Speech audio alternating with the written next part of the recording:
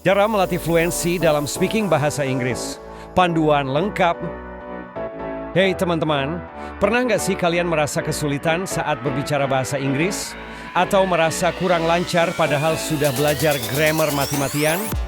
Nah, di video ini kita akan membahas tentang fluensi dalam speaking bahasa Inggris. Fluensi itu lebih dari sekadar pengucapan yang benar loh. Ini tentang bagaimana kita berbicara secara alami, tanpa terlalu banyak berhenti atau ragu-ragu.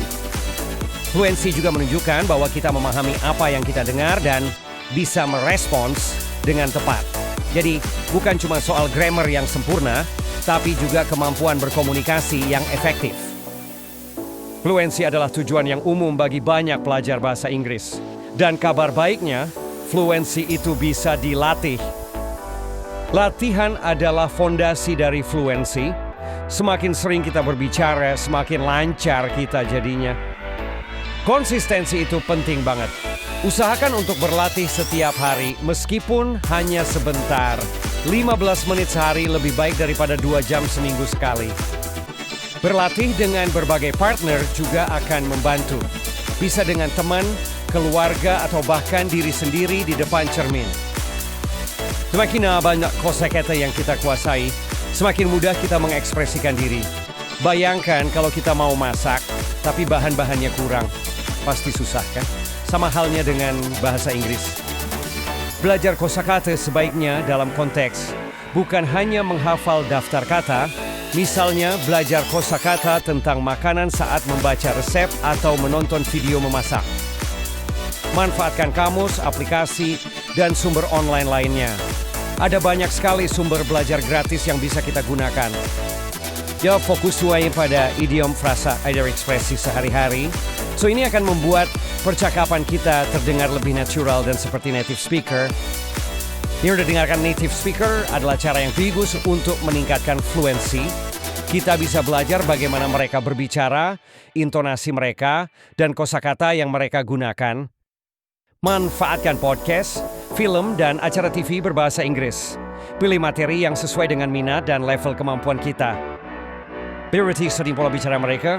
Bagaimana mereka menghubungkan kata-kata. Bagaimana mereka menekankan kata-kata tertentu. Cobalah untuk meniru intonasi, kecepatan, dan penggunaan kata mereka.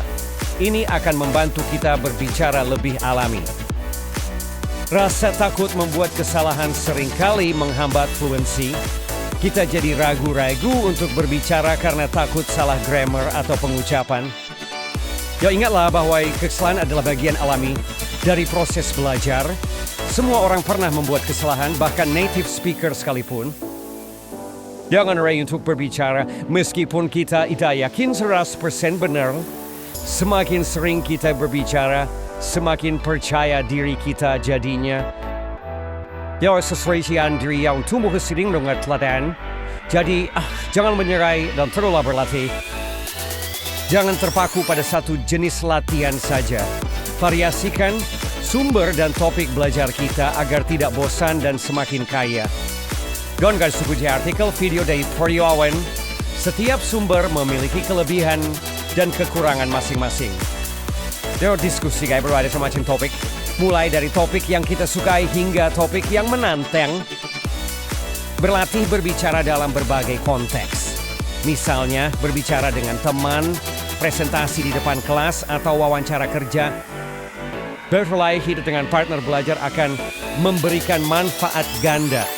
Kita bisa saling membantu, saling memotivasi, dan saling mengoreksi. Pertimbangkan untuk mengikuti kursus bahasa Inggris dengan guru yang berpengalaman. Guru bisa memberikan feedback yang konstruktif dan membantu kita mengatasi kesulitan. Manfaatkan feedback, koreksi, dan motivasi dari partner belajar dan guru. Jangan merasa malu atau tersinggung jika dikoreksi. Rekam diri kita saat berbicara bahasa Inggris. Ini adalah cara yang efektif untuk mengidentifikasi area yang perlu diperbaiki. Analisis jeda ya penggunaan grammar kita. Apakah kita terlalu sering berhenti?